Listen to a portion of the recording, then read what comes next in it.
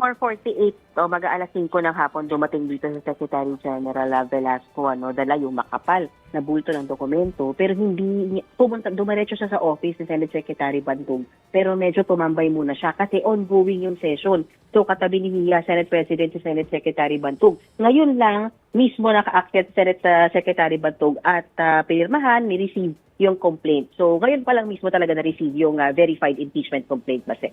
So ano yung ine-expect natin ng mga susunod na steps after ma-receive ng Senate itong complaint from Congress, Mean? May mga scenarios. Una is kung maihahabol nilang matakel tonight. Kasi alam naman natin na last 'di ba? Last session na ngayong araw na ito. Ang problema wala sa agenda ng Senado yung pag-read ng referral ng impeachment. Kasi tinignan na rin natin At mismo si Senator Joel Villanueva, sinabi sa atin na wala yan sa agenda today. But then again, hindi yan makakapigil sa kahit sinong senador na mag-move mamaya, mag-motion na itakil na natin pag-usapan natin yung pagkukonvene ng isang impeachment court. So yun yung isang possibility na mangyari. Pangalawa is yung sabi sa atin ni Senator Bato de la Rosa, nasa informal talks nila kanina ay napag-usapan na baka kung hindi umabot ngayong gabi, sa June na nila ito itatakel after ng eleksyon. Kasi ang sabi nga ni Senator Bato, ang daya naman nila kung during election during campaign gagawin yung impeachment trial, sabi niya, sila nakakapangampanya, kami na hostage dito para mag-hear ng impeachment trial. Di pagka sa June, iba na yung set ng mga senador nun. Hindi pa, kasi babalik pa sila may 3 weeks pa sila. May 3 weeks pa sila and then papasok by June 30 yung bagong set. Yan yung medyo blur sa amin so far, kasi pag pumasok yung new set, 20th na yan na Congress.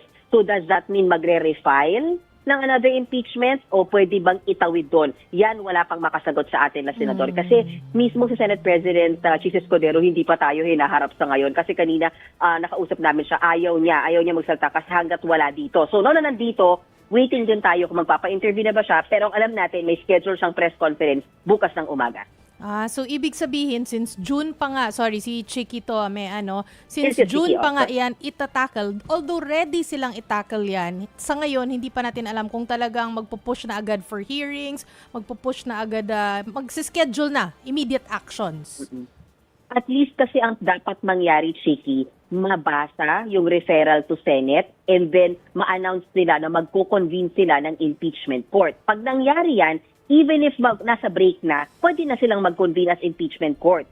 Tuloy-tuloy yung hearing kahit wala ng session. Ang delikado kasi nung nangyari ngayon dahil uling araw ng session, tapos wala siya sa agenda.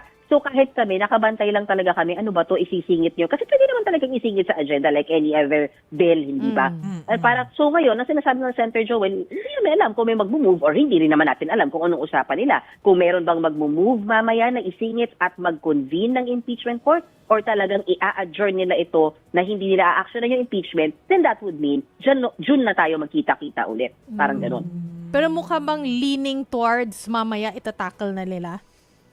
Wala, hindi ko masagot, Shiki, kasi kahit mga senador, tikom talaga yung bibig nila Pero ang sinasabi lang nila is that kung mabasa yung referral ngayon, hindi agad-agad. Kasi kung mag-convene yung impeachment court, kailangan kasi plansyahin muna yung rules Tandaan natin yung rules na meron ng impeachment ng Senado, ginamit sa Presidente at sa Chief Justice.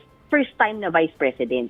So, hindi alam, may mga i-amend silang rules definitely. And then, syempre, andyan yung logistics na magpapatahi pa sila ng robe. Kasi iba naman yung mga senator judge nung panahon ni Chief Justice Corona. So, may mga ganong logistics bago talaga sila makapag-umpisa ng trial proper. Tapos busy pa sila sa campaign. Syempre, priority nila, manalo sila. Yun nga, Delikado yung mga re-electionista, kabado sila kung paano ba to, mag-i-impeachment trial ba tayo, paano tayo iikot nito. Or, yun nga, pwede rin kasi it will work for them kasi araw-araw silang mapapanood sa TV. Depende sa kanilang performance as senator judge.